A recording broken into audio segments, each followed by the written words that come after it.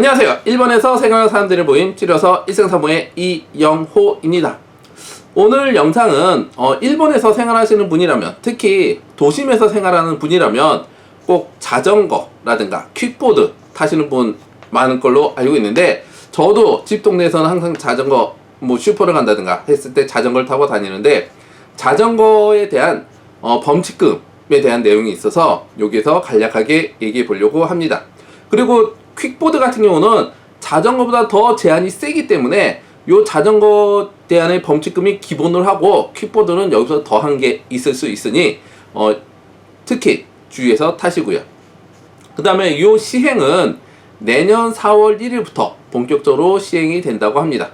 그래서 지금도 아마 요게 걸리면 해당하는 범칙금이 내야 될 수도 있는 케이스도 있을 수 있겠지만, 내년 4월 1일부터는 특별하게 더 주의해서 요런 게 걸리지 않도록 해달라는 의미에서 영상을 만들게 됐습니다. 맨 첫 줄에 보면 나가라 운転. 나가라 운転은 뭐냐면 핸드폰을 보면서 아니면 전화를 하면서 운전을 하는, 요랬을 때는 나가라 운転으로 걸렸을 때 12,000엔이 듭니다. 특히 자동차 운전에서도 핸드폰 하게 되면 여기서 벌금이 내지만 여태까지 자전거에 대해서는 그렇게 큰 규제가 없었는데, 내년 4월 1일부터는 핸드폰을 한다든가 아니면 핸드폰을 보면서 운전을 한다든가 이러면 12,000엔의 범칙금이 발행이 됩니다. 두 번째는 차단기 시타의 후미키리 다치일이. 요거 뭐냐면, 일본은 전철이 도로를 통해서 지나가기 때문에 전철이 지나갈 때 차단기가 내려옵니다. 차 들어가지 말라고. 그래서 안전하게 전차가 지나갈 수 있게, 그 다음에 차라든가 사람들을 안전하게 하기 위해서 차단계가 내려가는데, 요거를 차단계가 내려가는 동시에 빨리 지나간다고 해서 자전거에다가 걸렸다든가 아니면 그 차단기가 내려가는데 들어간다든가 요걸 했을 때 걸렸을 때 7,000엔. 그 다음에 신호무시.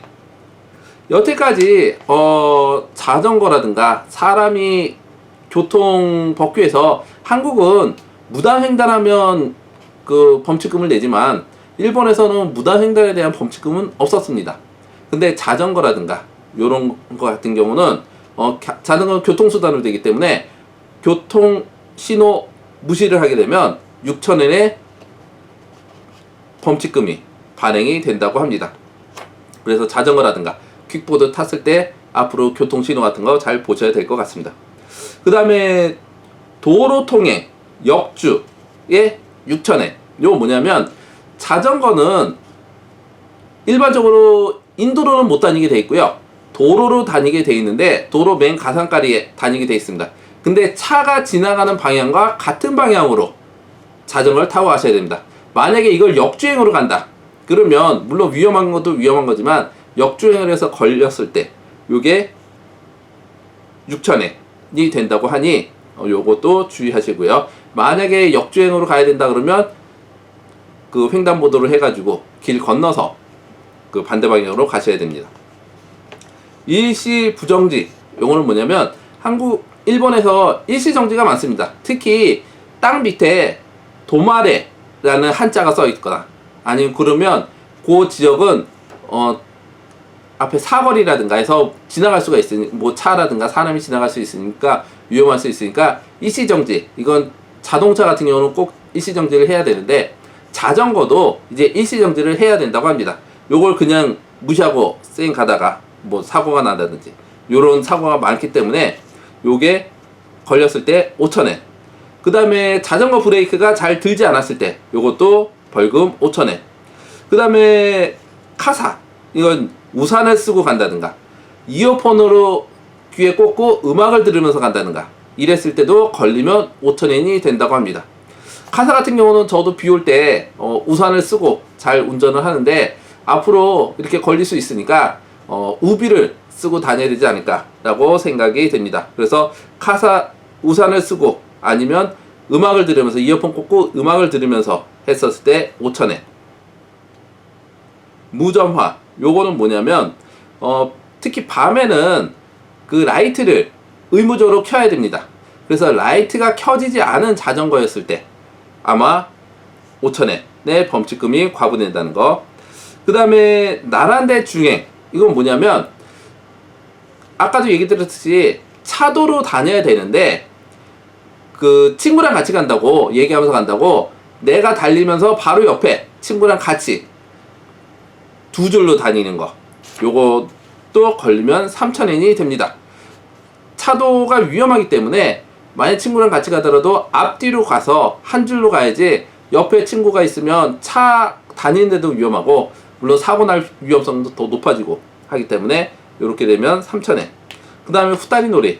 자전거 한 대에 두 명이 탔을 때 물론 자전거에 애기 타는 자전거는 별도입니다. 그냥 일반 성인이 탔을 때 요 규정은 16세 이상이 적용이 됩니다. 그래서 앞에 운전하면서 뒤에 누구 태워서 그 16세 이상이 태워가지고 자전거 했었을 때 벌금이 3,000엔이 됩니다.